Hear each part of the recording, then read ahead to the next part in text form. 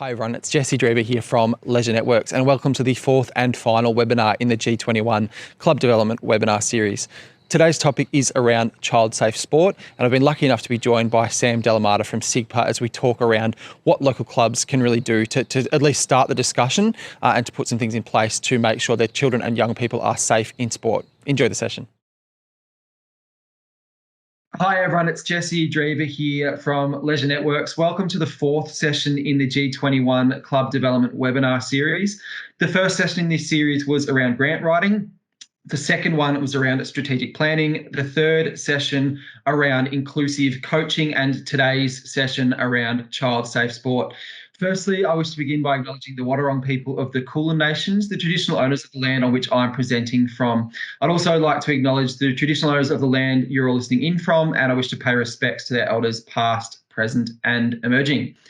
Moving to today's topic. So we are very lucky to be joined by Sam Delamata from SIGPA, who are valued partners of ours here at Leisure Networks.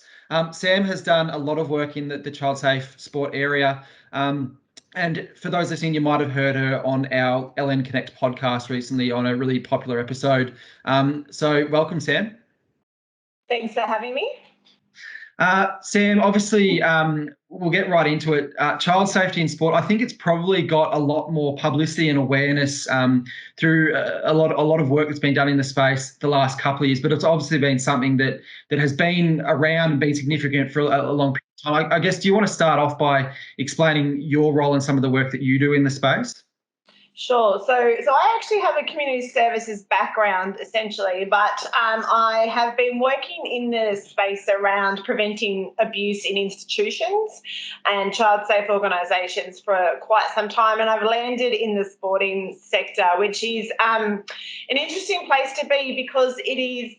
It's not I guess that child protection lens has not been applied across sport as a whole, and now there is a requirement and obligations for that to be in place. So it's tricky too because sports, so many sports, particularly at grassroots level, are run by volunteers, and so there is this additional layer, and it probably feels like every couple of years there's just more and more requirements for grassroots sport to comply with. But it is really prevalent and really important in the sporting space to have those child safe environments in place.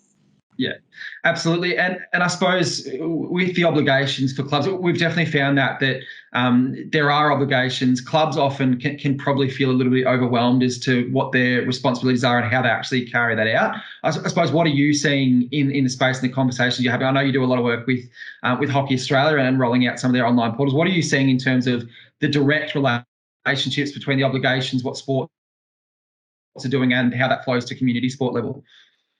Yeah, look, I think it's no surprise that the ultimate responsibility needs to sit with the NSOs. The sports need to take that on themselves. They are required to comply with child safe standards in some states and the national principles, but it doesn't just sit with them. The club, community clubs are entities on their own, and they too have to have that compliance in place.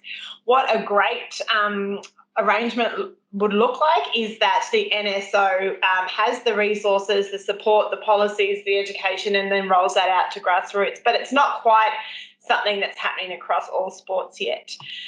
So in terms of at the community level, there is certainly those obligations are there, but there are certainly some really easy targets that can be met to start to work towards that compliance. Now is particularly a good time in Victoria because we're moving into a new set of standards coming into place in July next year. So it's a great time to go back through, look at what you're doing, what we're missing, and to be able to start to put some things in place because those standards do look a little bit different to the old ones. And I think the important message is you can start to clean up your own backyard. You don't have to wait to be told what to do and how to do it by the NSOs. But eventually when those resources start to roll down from the NSOs, it will be really valuable to grassroots, especially if you've already had a head start and you put those things in place yourself. Yeah, that's awesome. And it's a really good segue into the next question. Obviously, clubs are looking at, and it's with the increased awareness, clubs are starting to realise the role that they play, obviously, in providing a really safe environment for children and young people in sport. Have you got any, I guess, quick tips or some quick wins that clubs could potentially do in the immediate, like the short term and right now, to potentially start to make some headway in that space? Sure. I think the first thing really is around putting child safety on the committee's agenda as a standing item, so it's always there. Even if you get to it and you go, what do we talk about today? We don't have anything prepared, or there's no, there hasn't been an incident we have to discuss. It's just there, and it's an opportunity for education and awareness to be building at the top level, the governance level of the club. So that would be my first thing. You can just put it on the agenda, standing item, not to be deleted, and what you do in that space will change over time as you progress through some of the work. The other thing that I think is really important is around education and information. There are lots of resources available to sports. Some of them are quite generic, but they're available nonetheless. There's lots of Play by the Rules has some really valuable resources. So start to educate your coaches, junior coordinators, the people who are working with children and young people in your club, but also start to educate your athletes. It's really important that we empower athletes and young people and let them know that they have the right to be safe, and they should have really high expectations of the adults who are working with them. So that's that would be my first bit, is put it on the agenda, educate your adults so that they know what's expected of them in terms of behaviour, and then educate your athletes as well. Yeah, that's great. And again, flows into some of the work that we've been doing within the last 12 months. We were lucky enough to receive, obviously, a Westpac grant, and we've worked closely with SIGPA in this process. But had conversations over time in terms of identifying the need for some really clear guidelines that have been designed by children and young people that can actually, that clubs can take on board and use it as a bit fit for purposes to how do you educate your children, young people, and then the adults, and what's the best way to share that message with them. I guess, do you want to explain maybe a little bit more about that process and the importance of it? Yeah, so where it came from is I found myself through the partnership that I have been engaged in with Hockey Australia. I was delivering training. I was going to national tournaments and delivering 30-minute sessions around child safety to a room full of 113-year-olds. And that was the arrangement that we had. That was what we could work with. But I walked away and went, is this the best way for us to educate young people around safety in sport? Listening to somebody that they don't recognise, they don't know, to come and talk to them in that environment. So we did a little bit of consultation with those young athletes through hockey, but we also then explored other options. And when the opportunity with Westpac came about, it was a great chance to partner up with Leisure Networks and say, instead of us making it up and just deciding, let's go and educate athletes and young athletes and we'll do it this way, why don't we ask them, what is the best way for us to get this information that's really important out to you in your community club? So we were so lucky to have that really valuable team of young people from the Cedar College who all are engaged in sport in some capacity and have been for a long time. So to be able to say to them, we want to get this message to, children, young people in your sporting club. How do we do it in a way that it is effective, that they listen, that they retain that information, and that it makes sense to them? So they came back with about 435 different ideas of how we could do that. And so that was where we sort of were able to nurture that a little bit and bring that into the guidelines, just as some basic tips and strategies for clubs. Some of the ideas were quite high-level stuff that might need additional resources and support from the NSOs, but there were plenty of things in there that a club could pick up and implement tomorrow. And I think it's, really important that the clubs get their hands on those guidelines once they are released officially, because it's not just about us deciding, but it's really coming from those young people. They co-designed those guidelines so that it was a really practical piece of work that the clubs could take away and implement.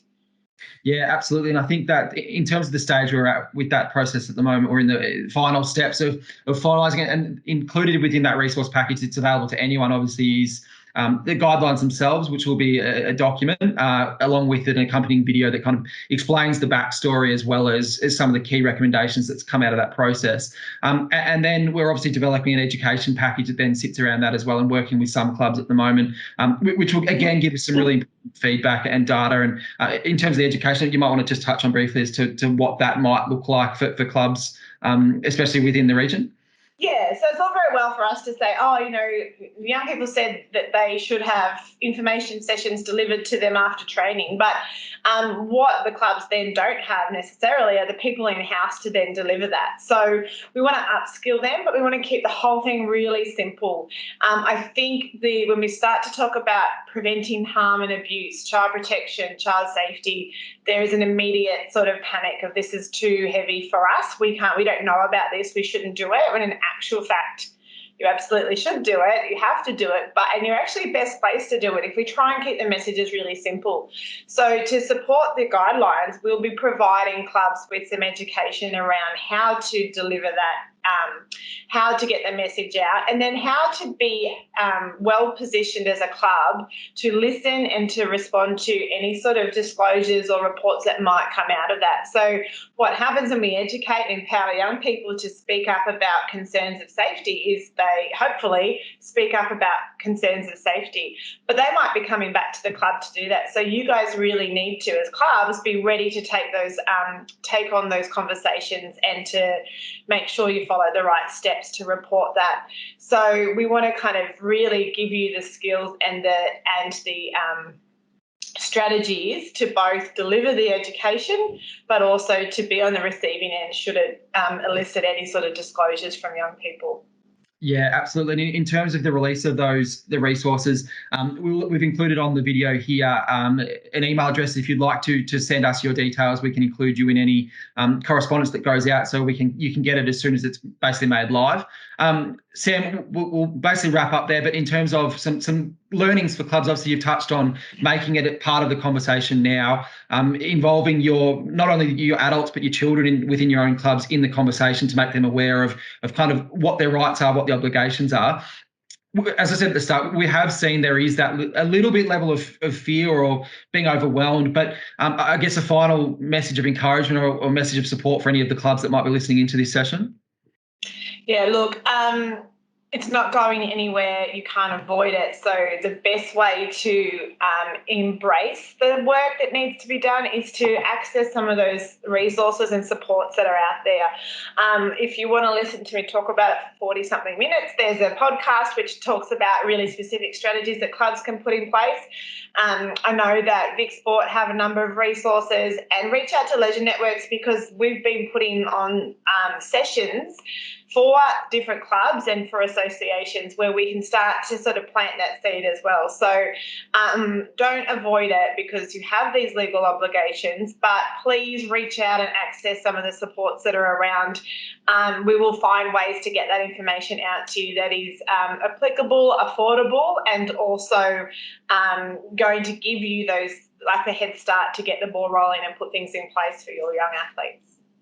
Fantastic, Sam, and thank you for joining us today, and thank you everyone for listening to this session. As Sam said, we're here to have discussions. We've got plenty of resources that we can share, so please don't hesitate to reach out to us, and we can help you in the journey to providing a really safe environment for children and young people within your clubs.